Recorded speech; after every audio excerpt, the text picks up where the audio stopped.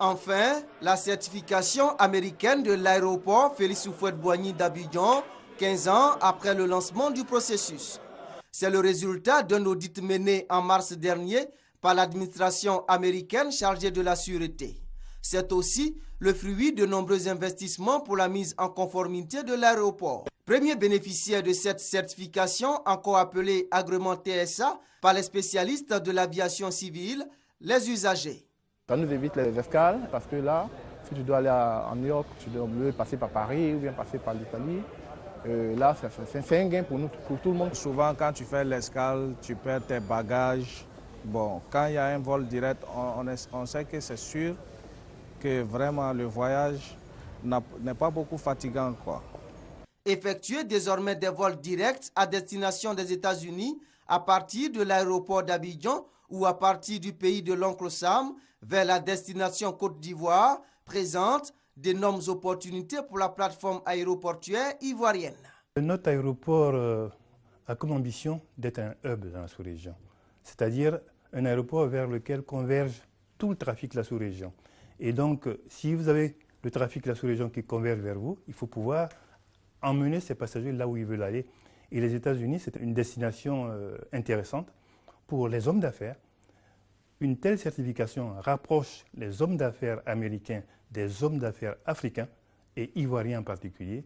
Et je pense que c'est pour cela que le gouvernement, le président de la République en ont fait une priorité, parce que ça va dans le sens de l'émergence. L'obtention de la certification américaine va également booster l'économie ivoirienne. Ça va ouvrir un nouveau marché, de nouvelles compagnies vont pouvoir venir, vont pouvoir ramener du trafic et augmenter à la fois le tourisme, augmenter les échanges. Il peut y avoir également des vols cargo.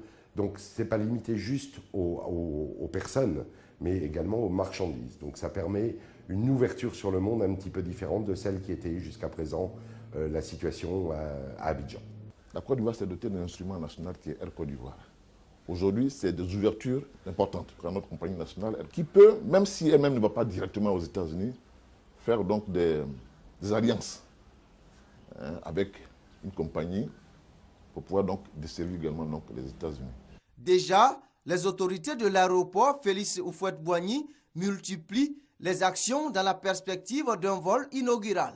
Aéria fait des démarches commerciales, fait des propositions, démontre l'attractivité de la Côte d'Ivoire, la taille du marché en nombre de passagers vis-à-vis des compagnies qui peuvent desservir les États-Unis. Et à côté de ça, on continue à faire un programme d'investissement important sur l'aéroport, mais qui là concerne toutes les compagnies aériennes qui avoisinent les 35 milliards de francs. On a besoin de toujours améliorer notre équipement, améliorer notre procédure et consignes au niveau de sûreté pour rester toujours au niveau des standards internationaux.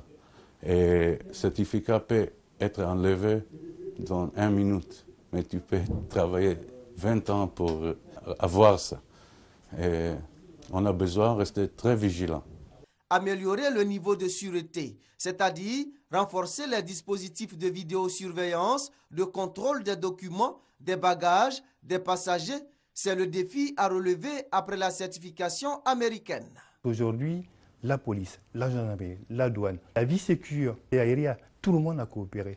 Nous allons associer tout le monde à tout ce que nous faisons. Et c'est comme ça que nous avons réussi à mettre tout le monde en confiance et à obtenir ce résultat-là. Nous allons continuer sur ce chemin. On entend, quand on est dans l'aéroport, beaucoup de passagers se plaindre en disant « on a des contrôles, pourquoi ?» etc. C'est de la sûreté. Il faut savoir que chaque passager, pour voler d'une manière sécuritaire, est obligé de passer les contrôles.